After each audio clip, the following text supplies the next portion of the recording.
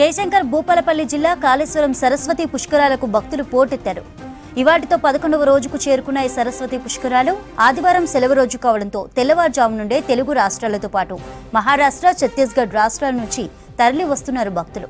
త్రివేణి సంగమంలో పుణ్య స్నానాలు ఆచరించి నదీమ తల్లికి ప్రత్యేక పూజలు చేసి మొక్కులు చెల్లించుకుంటున్నారు భక్తులు. శ్రీకాళేశ్వర ముక్తీశ్వర స్వామి ఆలయంలో స్వామివారి దర్శనానికి క్యూ లైన్లో బారులు తీరారు. ఇవాళ సరస్వతి నదిలో పుణ్యస్నానం ఆచరించనున్నారు గవర్నర్ జిష్ణుదేవ్ వర్మ. త్రివేణి సంగమంలో పుష్కర స్నానం ఆచరించి ముక్తీశ్వర స్వామివారికి ప్రత్యేక పూజలు చేయనున్నారు గవర్నర్. ఇక రేపటితో పుష్కరాలు ముగియనున్నాయి. దీంతో పెద్ద సంఖ్యలో భక్తులు తరలి వస్తున్నారు.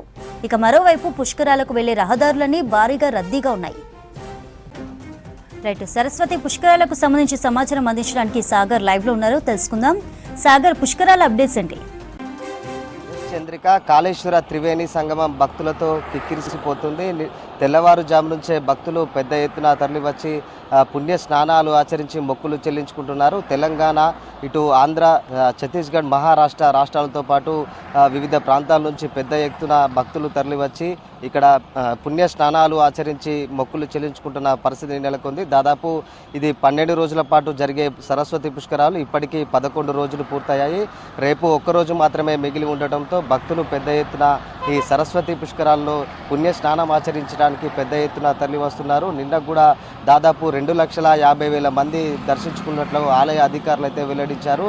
ఇవాళ భక్తుల సంఖ్య మరింత పెరిగే అవకాశం ఉందని చెప్పేసి ఆలయ అధికారులు కూడా వెల్లడించారు. ఈ నేపథ్యంలో మొత్తం కూడా ట్రాఫిక్ అవ్వచ్చు, ఇట్లా ఏదైనా ఏర్పాట్లు మొత్తం కూడా ముందుగానే ఏర్పాట్లు చేశామని చెప్పేసి ఆలయ అధికారులు చెప్పారు. నిన్న దాదాపు 10 కిలోమీటర్ల మేర ట్రాఫిక్ జామ్ అయి భక్తులు తీవ్ర ఇబ్బందులు పడిన పరిస్థితి ఏర్పడింది. ఇవాళ నిన్న వర్షం కారణంగా కొద్దిగా ఇబ్బంది పరిస్థితి ఏర్పడినా కూడా ఇవాళ కొంచెం ఉష్ణోగ్రత పొడిగా ఉండటం, ఎండలు తగలడంతో కూడా ఇప్పుడు పరిస్థితి నిన్నటి కంటే కొంచెం భిన్నంగా ఉండవచ్చు. ఇంకా భక్తుల సంఖ్య మరింత పెరిగే అవకాశం ఉంది అన్నట్టు కూడా ఆలయ అధికారులు అయితే వెల్లడించారు. ఇవాళ గవర్నర్ జిష్ణుదేవ్ వర్మ కూడా భక్తులు ఇక్కడ సరస్వతి నదిలో పుణ్య స్నానాలు ఆచరించినట్లు ఆలయ అధికారులు అయితే వెల్లడించారు. 11 గంటలకు సరస్వతి నదిలో పుణ్య స్నానం ఆచరించి సరస్వతి మాతకు ప్రత్యేక పూజలు చేసి కాళేశ్వర ముక్తేశ్వర స్వామిని దర్శించుకున్నట్టు ఆలయ అధికారులు అయితే తెలిపారు. దానికి అనుగుణంగా అన్ని ఏర్పాట్లు కూడా ఇటు పోలీసు యంత్రాంగం,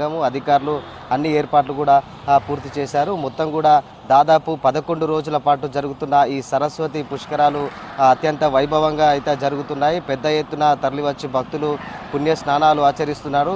దాదాపు 11 రోజుల పాటు ఇప్పటికీ 10 లక్షలకు పైగానే ఇక్కడ సరస్వతి పుష్కరాల్లో పుణ్య స్నానాలు ఆచరించినట్లు ఆలయ అధికారులు అయితే వెల్లడించారు.